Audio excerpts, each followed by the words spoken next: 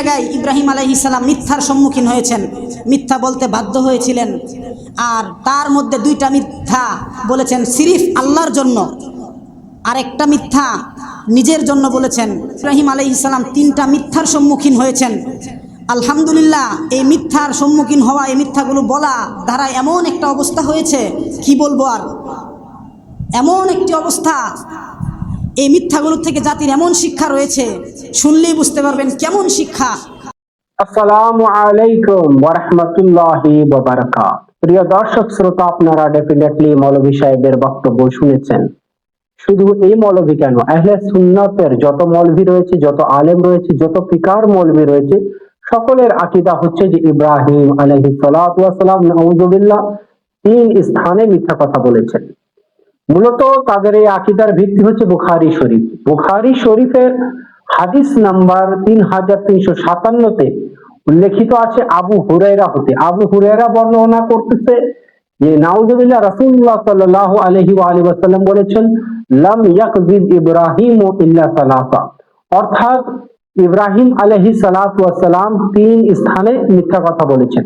লক্ষণীয় বিষয় হচ্ছে যে এই যে হাদিস আবু হুরায়রা নোট করেছে, সে হাদিস পবিত্র কোরআনের বিরুদ্ধে।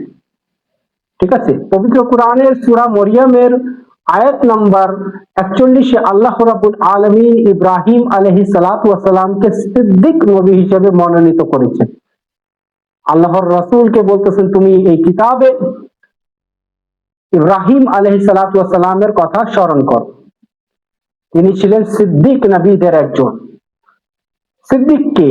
সিদ্দিক মানে কি? সিদ্দিক মানে যিনি সত্যের উপর অটল, যিনি কখনো মিথ্যা কথা বলেন না। তিনি তাই বলেন যা সত্য, তিনি যাই বলেন তা সত্য, তার সাক্ষ্য, তার কথা, তার কাজের সাথে মিল থাকে, তার ঈমানের সাথে মিল থাকে, তাকে বলা হয় সিদ্দিক।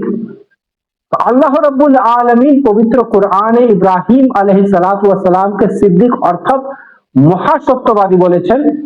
আর বুখারী শরীফে আবু হুরায়রা থেকে বর্ণিত রাসূলুল্লাহ নাউযুবিল্লাহ বলেছেন যে ইব্রাহিম আলাইহিস সালাতু ওয়াস সালাম নাকি তিন স্থানে মিথ্যা কথা বলেছেন। তো আমি বলবো যে পবিত্র কোরআন স্বয়ং রাসূলুল্লাহ সাল্লাল্লাহু আলাইহি ওয়া আলিহি ওয়াসাল্লামের ব্যাপারে বলতেছে যে আমার নবী কোনো কিছুই বলেন না, অর্থাৎ তিনি নিজের থেকে কিছু বলেন না। তিনি যা বলেন তা আল্লাহর ওহীর মাধ্যমে বলেন, অর্থাৎ তার প্রত্যেকটা কথা, তার প্রত্যেকটা আচরণ তা আল্লাহর ওহীর মাধ্যমে। তো যার কথাকে আল্লাহ নিজেই সত্যায়ন দিয়েছেন, নিজে সত্যায়ন করেছেন, তার কথা কি কোরআনের বিরুদ্ধে যেতে পারে? না। যদি কোনো কথা এমনটা আসে যে রাসূল বলেছেন সেটা কোরআনের বিরুদ্ধে চলে গিয়েছে, তাহলে বুঝতে হবে সে হাদিস রাসূলের না, সে হাদিস রাসূলের না। এই চেন সনদের দোহাই দিয়ে যে রাসূলুল্লাহ সাল্লাল্লাহু আলাইহি ওয়াসাল্লামের নামে হাদিস চালিয়ে দেওয়া হয়েছে, এটা মূলত রাসূলের হাদিস হতে পারে না, কারণ যে হাদিস স্পষ্ট কোরআনের এগেইনস্টে রয়েছে তা কখনো রাসূলের বাণী হতে পারে না। কারণ রাসূলের বাণী সাল্লাল্লাহু আলাইহি ওয়া আলিহি, তিনি কোরআন যা বলেছেন সব কোরআনের ব্যাখ্যা, যা বলেছেন সব কোরআনের বিধান অনুসারে বলেছেন, তার কোনো কথা কোরআনের বিরুদ্ধে যাবে না। কিন্তু এক শ্রেণীর লোক বলবে না, দেখেন ইব্রাহিম আলাইহিস সালাম তিন স্থানে মিথ্যা কথা বলেছেন। আমাদেরকে শিয়াদেরকে কি বলে তারা? আমাদের শিয়াদেরকে কি বলে তারা? যে শিয়ারা আহলে বাইতের ভালোবাসায় বাড়াবাড়ি করে, তারা নবী থেকে আহলে বাইতকে বেশি মানে, নাউযুবিল্লাহ। যদি কোনো ব্যক্তি বলে যে আমি নবী থেকে আহলে বাইতকে বেশি মানি, তো সে কাফের, সে মুরতাদ, তাকে আবার কালেমা পড়ে ঈমান আনতে হবে। শিয়ারা কখনো আহলে বাইত আলাইহিস সালামকে নবীর চেয়ে বড় মানে না সাল্লাল্লাহু আলাইহি ওয়া আলিহি, বরঞ্চ তো আহলে বাইত আলাইহিস সালামের ইত্তেবা রাসূল সাল্লাল্লাহু আলাইহি ওয়া আলিহি ওয়াসাল্লামের কারণে করে। তিনি বলেছেন, তোমরা আমার আহলে বাইতকে অনুসরণ করো, তোমরা আমার আহলে বাইতকে ভালোবাসো, যারা আমার আহলে বাইতকে ভালোবাসে তারা আমাকে ভালোবাসে। রাসূলুল্লাহ সাল্লাল্লাহু আলাইহি ওয়াসাল্লাম বলেছেন, ইন্নাহুম মিন্নি ওয়া আনা মিনহুম, আহলে বাইত আমার থেকে, আমি আহলে বাইত থেকে, তার গোশত আমার গোশত, তার রক্ত আমার রক্ত, তার ভালোবাসা আমার ভালোবাসা, যে তাকে ভালোবাসে সে আমাকে ভালোবাসে, যে তার সাথে শত্রুতা করে সে আমার সাথে শত্রুতা করে। তো আহলে বাইত আলাইহিস সালাম যে শিয়ারা ভালোবাসে তা রাসূল সাল্লাল্লাহু আলাইহি ওয়াসাল্লামের কারণেই ভালোবাসে, এমন না যে নিজের থেকে বানিয়ে নিয়েছে কনসেপ্ট, না, শিয়াদের ভালোবাসা আহলে বাইতের প্রতি রাসূল সাল্লাল্লাহু আলাইহি ওয়াসাল্লামের কারণে। ঠিক আছে, তো তারপরে আমাদেরকে আরোপ দেয় যে না এরা তো বাড়িয়ে দেয় আহলে বাইতকে, কিন্তু বাস্তব হচ্ছে তারা যারা আমাদেরকে আরোপ দেয় তারা নবীদের থেকে সাহাবীদেরকে বড় মানে। বিশ্বাস যদি না হয় তাহলে বুখারীতে এমন কিছু রেওয়ায়েত রয়েছে যেখানে এক সাহাবী আরেক সাহাবীকে কিন্তু মিথ্যাবাদী বলতেছে, নাউজুবিল্লাহ। তারা বলে সাহাবী আমাদের ন্যায় নীতির মানদণ্ড, ইনসাফের মানদণ্ড আমাদের সাহাবা, ঠিক আছে, হকের মানদণ্ড সাহাবা তারা বানাইছে। কিন্তু আপনি তাদেরকে দেখান বুখারী থেকে মুসলিম থেকে যে এক সাহাবী আরেক সাহাবীকে গালমন্দ করেছে, মিথ্যাবাদী বলেছে, তখন আপনার উপর চড়াও হয়ে যাবে, এই ব্যক্তি শিয়া, এরা হত্যা কর, এরা কাতল কর। অথচ আপনি তাদের কিতাব থেকে দেখেছেন, হ্যাঁ তাদের কিতাব থেকে দেখেছেন এক সাহাবা আরেক সাহাবাকে মিথ্যা কথা বলতেছে, কিন্তু আপনাকে শিয়া ট্যাগ লাগাবে, আপনাকে মারবে, আপনাকে হত্যা করবে, আপনার ঘরে আগুন লাগাই দিবে, আপনার পরিবারকে হয়রান করবে এরা।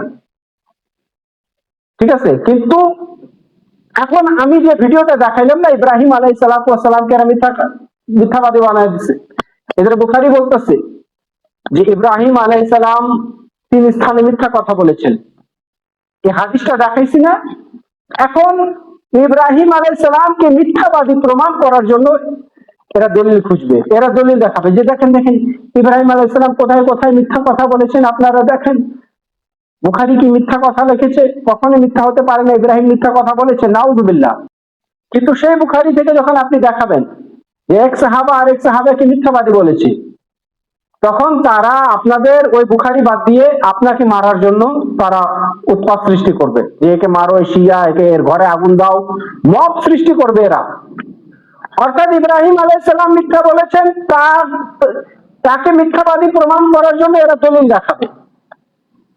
কিন্তু এই সাহাবাকে যে মিথ্যাবাদী বলা হয়েছে ওই কিতাবে, তখন তারা বলবে না না না না, এই শিয়াদের সাহাবাদের সমালোচনা করে, নাউজুবিল্লাহ। এটা প্রমাণিত হয় যে যারা আমাদেরকে বলে না যে আমরা আহলে বাইতকে বাড়িয়ে দিয়েছি নবীদের থেকে, তারা আজ প্রমাণ করতেছে যে তারা নবীদের থেকে সাহাবাকে বেশি মানে। তাদের কাছে নবীর কোনো সম্মানই নাই, তাদের কাছে সাহাবাদের সম্মান রয়েছে। আর এই সম্মান কাকতালীয় ভাবে না যে তারা যে সাহাবাকে সম্মান করতেছে, যে তারা খুব নেকির কাজ করতেছে বা ভালো কাজ করতেছে, তা না। তারা যে সাহাবাকে মানতেছে আহলে বাইতের বিরোধিতার কারণে। আপনারা দেখবেন আহলে বাইতের কথা বলেন, যে কোনো স্থানে আহলে বাইতের কথা বলেন, তারা সাহাবাকে নিয়ে আসবে, এই আহলে বাইত বাদ, সাহাবা। অর্থাৎ তাদের সমস্যা আহলে বাইত থেকে। তো আহলে বাইত আলাইহিস সালামের বিরোধিতা করার কারণে এরা সাহাবাকে নিয়ে আসে। এরা যে সাহাবাকে ভালোবাসে এই কারণে সাহাবার আলোচনা করে, তা না।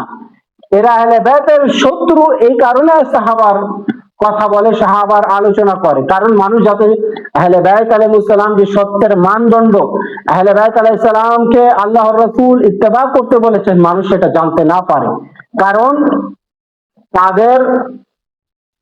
তাদের ইতিহাস যখন আপনারা লক্ষ্য করবেন ইতিহাসের পাতায়, তখন তাদেরকে দেখবেন তারা তাদের ওকালতি করতেছে যারা আহলে বাইত আলাইহিস সালামকে কষ্ট দিয়েছে, আহলে বাইত আলাইহিস সালামের সাথে যুদ্ধ করেছে, তাদের ওকালতি করছে।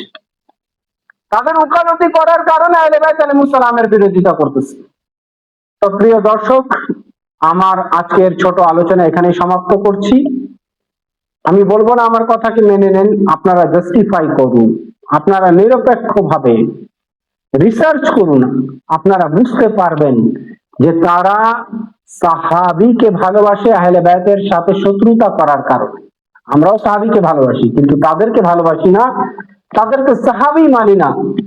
যারা আহলে বাইত আলাইহিস সালামের সাথে শত্রুতা করেছে তারা সাহাবী হতে পারে না। কারণ পবিত্র কোরআনে সূরা রাব্বুল আলামিন বলতেছেন कि हे रसूल सल्लल्लाहु अलैहि व आलिहि वसल्लम, তোমার সাহাবা তো সেই যে মুমিনদের সাথে আপোষে সহনশীল এবং কাফেরের প্রতি কঠোর।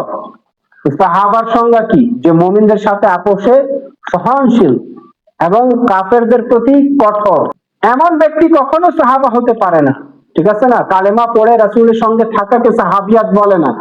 সাহাবিয়াত বলে যার মৃত্যু ইমানের শহীদ হয়েছে, রাসূলের ইত্তেবায় হয়েছে, রাসূলের বিরোধিতায় হয়নি।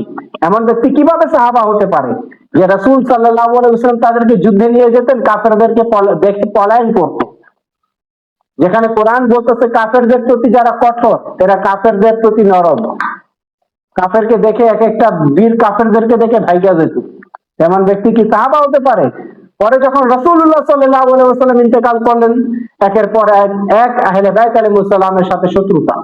কখনো মা ফাতেমা জাহরা সালামুল্লাহ আলাইহার ঘরে আগুন লাগিয়ে দেওয়া, কখনো ইমাম হাসান আলাইহিস সালাতু ওয়াস সালামকে ষড়যন্ত্র করে বিষ পান করিয়ে দেওয়া, কখনো ইমাম হুসাইন আলাইহিস সালাতু ওয়াস সালামকে হত্যা করা, আর যারা আহলে বাইত আলাইহিস সালাতু ওয়াস সালামের সাথে ছিলেন সেই মুখলিস সাহাবাদেরকে হত্যা করা। হযরত আম্মার ইয়াসির রাদিয়াল্লাহু তাআলা আনহুকে কারা হত্যা করেছে? হযরত হুর বিন আদি রাদিয়াল্লাহু তাআলা আনহুকে কারা হত্যা করেছে? আজ সারা বিশ্বে আলোচনা করা হয় হযরত আবু বকর সিদ্দিকের। সে হযরত আবু বকর সিদ্দিক উনার সুযোগ্য সন্তান হযরত আয়েশা ভাই, প্রাণ প্রিয় ভাই হযরত মুহাম্মদ ইবনে আবি বকর রাদিয়াল্লাহু তাআলা আনহুকে কারা হত্যা করেছে? কারা শহীদ করেছে? কারা শহীদ করার পর তার লাশকে টুকরো টুকরো করে চাটায়ে বেঁধে পুড়িয়ে দিয়েছে? নাউযুবিল্লাহ, আল্লাহু আকবার। এই হত্যাকাণ্ড কারা চালিয়েছে? কেন চালিয়েছে? শুধুমাত্র এই কারণে যে তারা আহলে বাইত আলাইহিস সালামের সাথে ছিল। তৎকালীন থেকে শুরু হয়েছে আহলে বাইত আলাইহিস সালামের সাথে যারা থাকতো তাদেরকে হত্যা করো, তাদেরকে মারো। আজও তাই। আর দেখেন, স্ক্রিনে দেখেন কি বলা হচ্ছে যে শিয়ারা হত্যার যোগ্য। কেন? আহলে বাইতকে ভালোবাসে, আহলে বাইতের শত্রুকে ভালোবাসে না। এদের কথা হলো যে আহলে বাইতকে ভালোবাসা লাগবে না। মুখে আমরা বলবো আহলে বাইতকে ভালোবাসি, কিন্তু ইত্তেবা করতে হবে আহলে বাইতের সে খুনিদেরকে। আহলে বাইতের খুনিদের মাযহাবের অনুসারী তারা। প্রিয় দর্শক, আমার কথাকে আপনারা রিসার্চ করে দেখেন যে আমার কথার সাথে, দাবির সাথে আপনারা ইতিহাসে মিল পাচ্ছেন কিনা। আপনারা নিরপেক্ষভাবে আলোচনা করুন, নিরপেক্ষভাবে পর্যালোচনা করুন, নিরপেক্ষভাবে গবেষণা করুন। ইনশাআল্লাহ রাব্বুল আলামিন সত্য পেয়ে যাবেন।